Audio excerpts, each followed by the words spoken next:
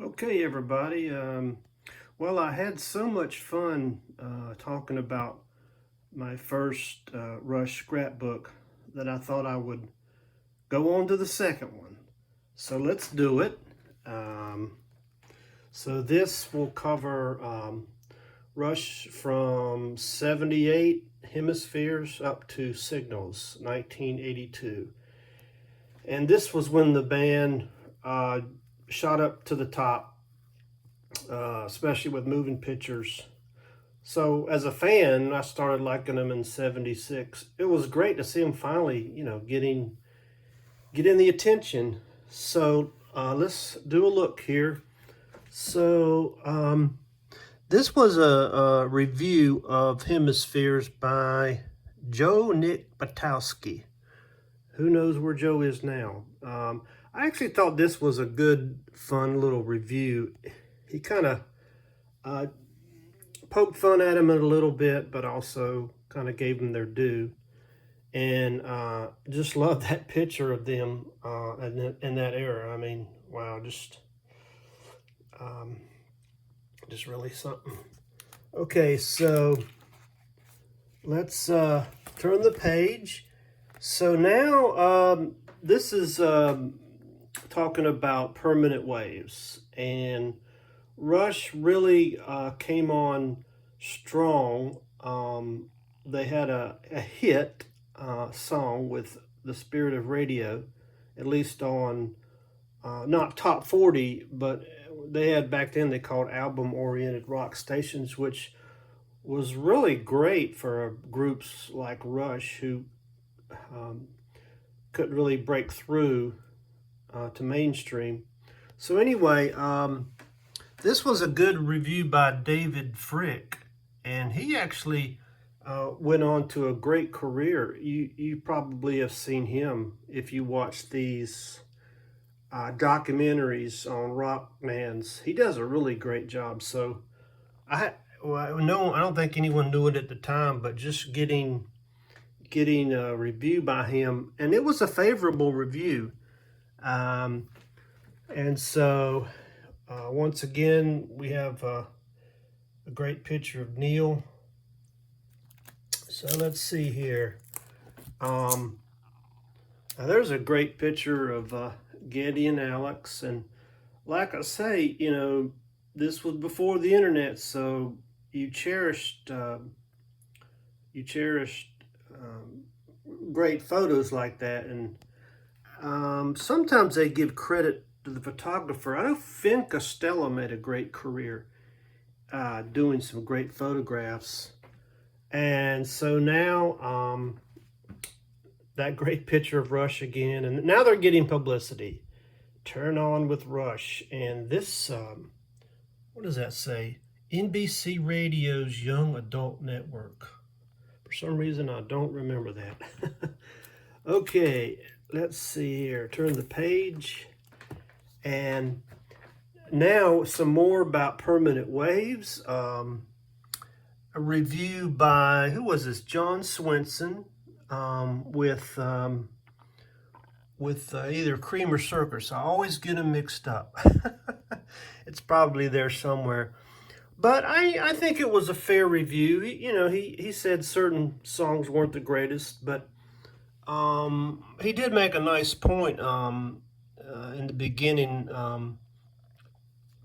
something about laying off of the band, criticizing them. Well, he says here, criticizing them would have been like going fishing without any water. Oh, well. Anyway, it was a good time for the band, as you can see. And so we go over here, and John Swenson's got another article.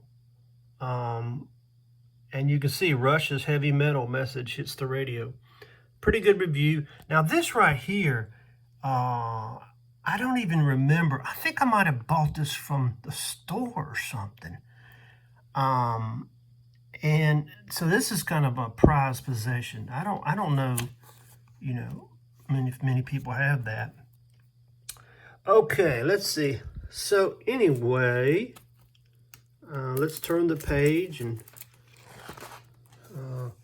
now we're on to moving pictures.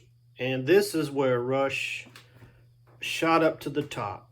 And they were one of the best bands around.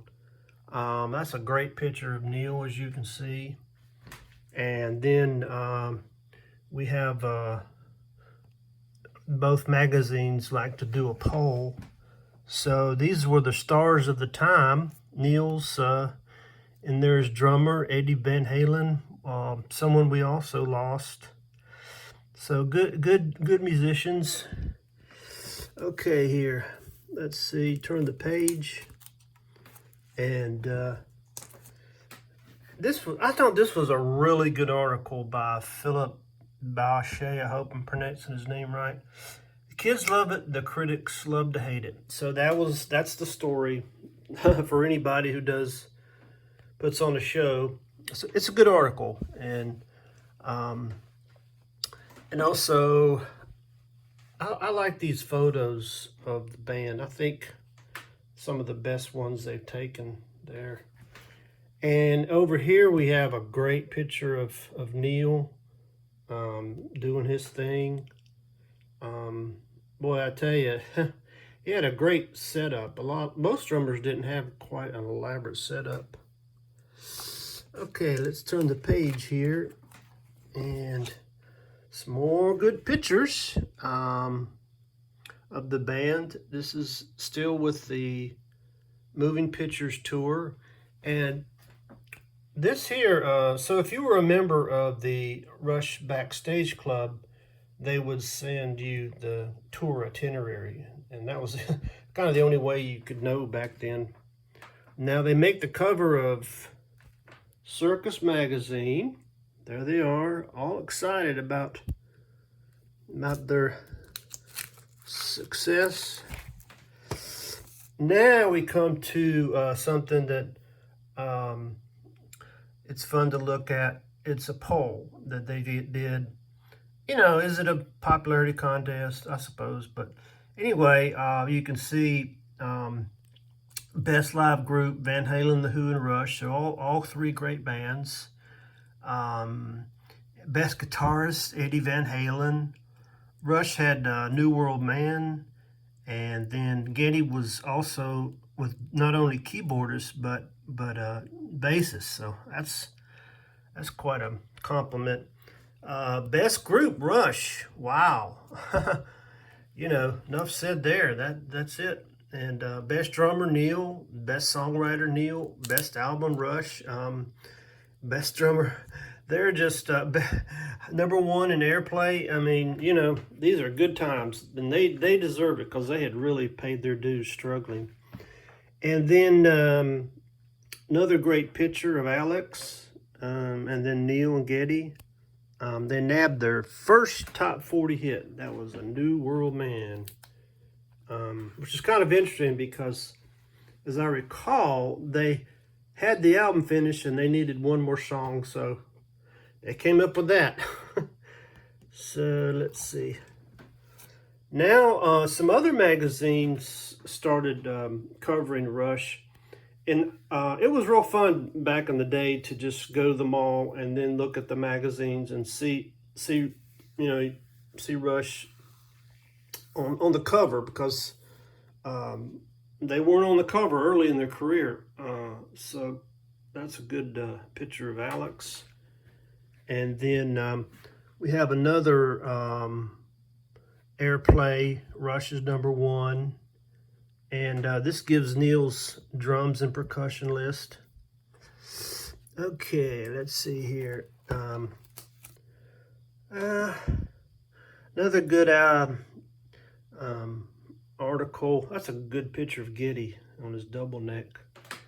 So we got some more polls here. Best player, John Entwistle, Geddy Lee, Sting, Michael Anthony of Van Halen. Boy, that's John Paul Jones. Bill Wyman. That's you know, they're all good. I mean, you know, let's face it. Best keyboard player, Geddy was down to number 5 there. but just making the top 10, you know. So anyway, a guitar clinic there. Maybe somebody was inspired to learn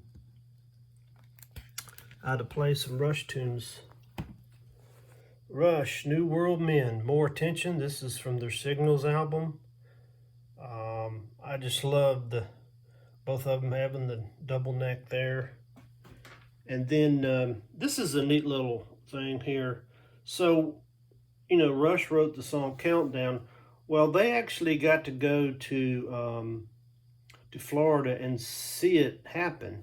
They got special access, and they look real happy there. And so they were inspired. Neil was inspired to write Countdown from that song.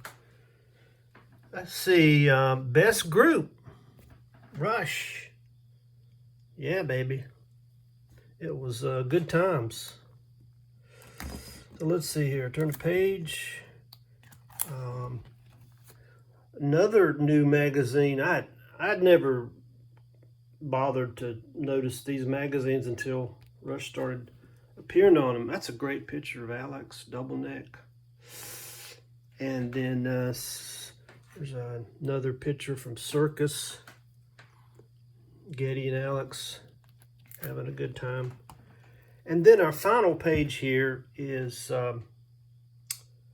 notes on the making of moving pictures. And as I mentioned in the first scrapbook, Neil started writing.